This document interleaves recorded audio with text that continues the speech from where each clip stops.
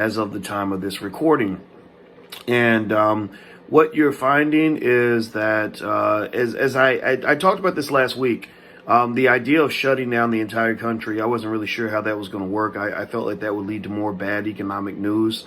And now we're in what I consider to be Great Depression territory. In fact, we just set a record that that actually tops what happened during the Great Depression. We've actually had several days, 7 straight days with a swing of more than 4% in the S&P 500. In 1929, during the Great Depression, we had 6 days. So we actually passed that record set during the Great Depression. You're seeing just something crazy happening.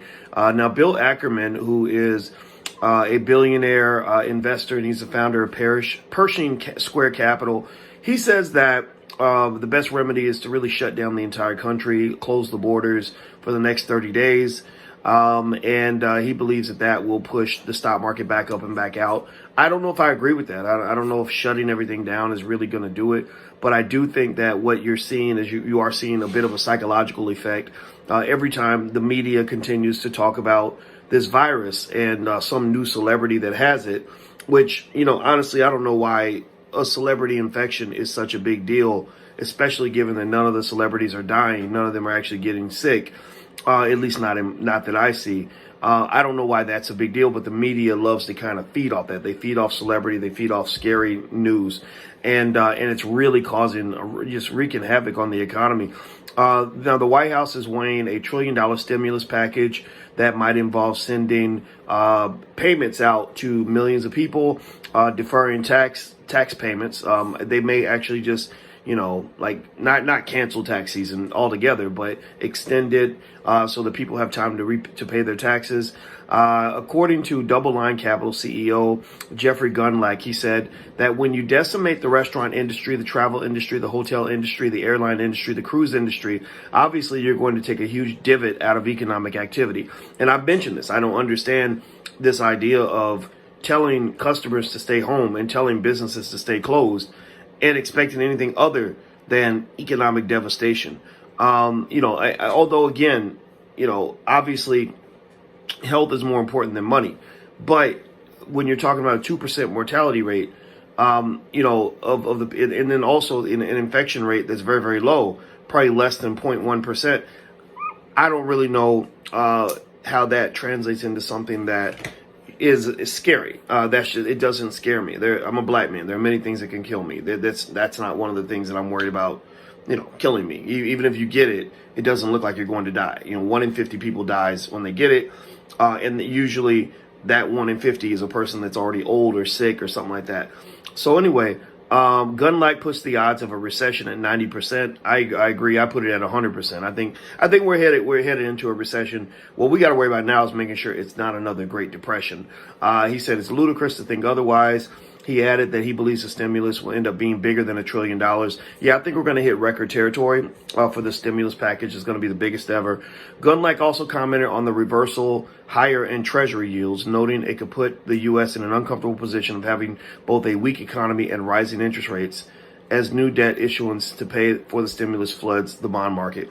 I agree. I think that you're just going to run into a lot of economic problems.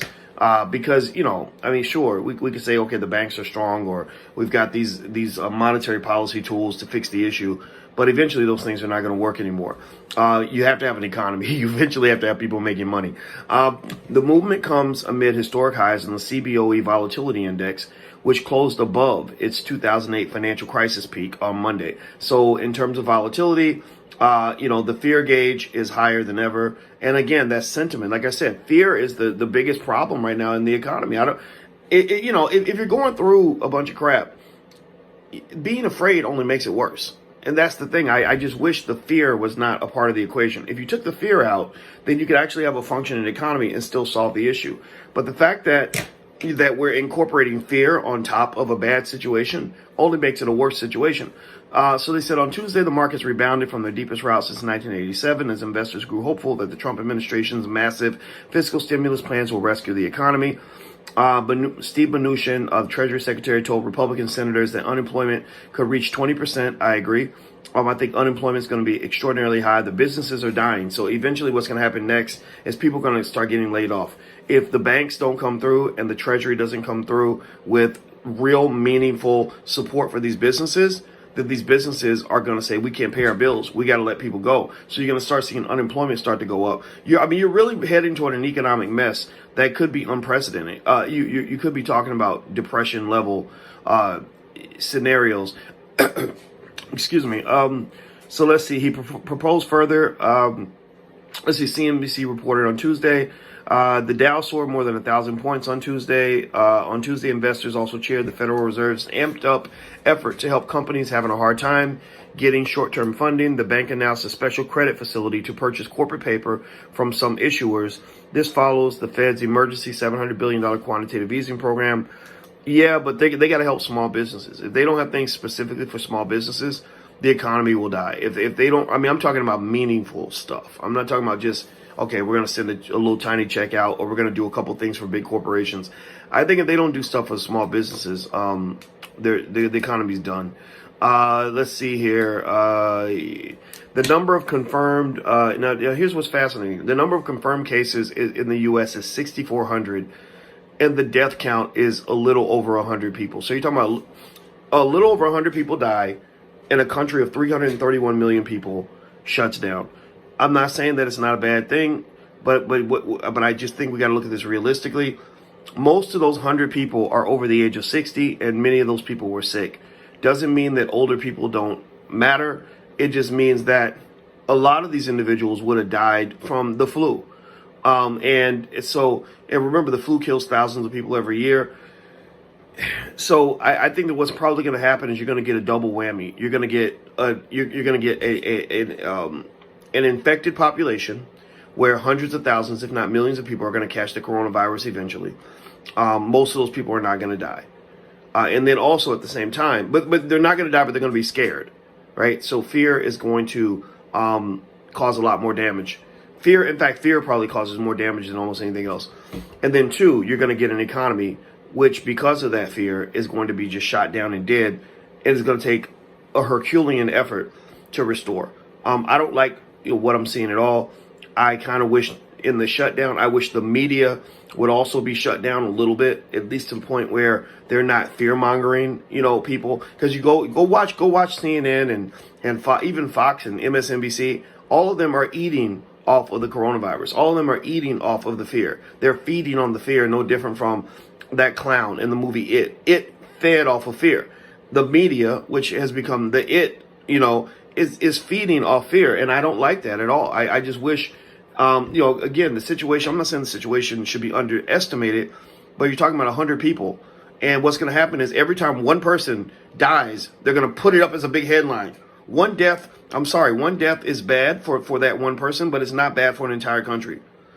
Or every time a celebrity announces that they get it, it's going to become a thing. It's going to become a TMZ celebration. Not celebration, but like a big deal. News alert. Celebrity C has caught the coronavirus. Okay, are they dead? Then if they're not dead, then we'll just see how that plays out. Are they sick?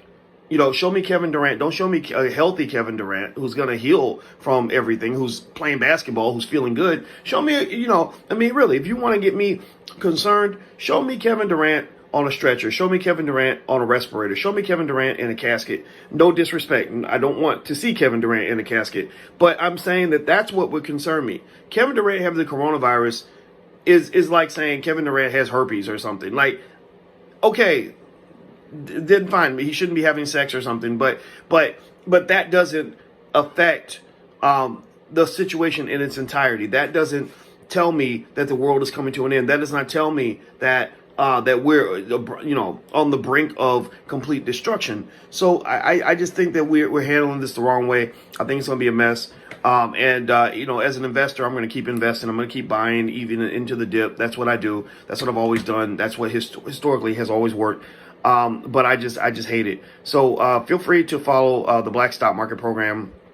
.com. If you'd like to see the stuff that I'm buying, you can get the first 30 days for just $1.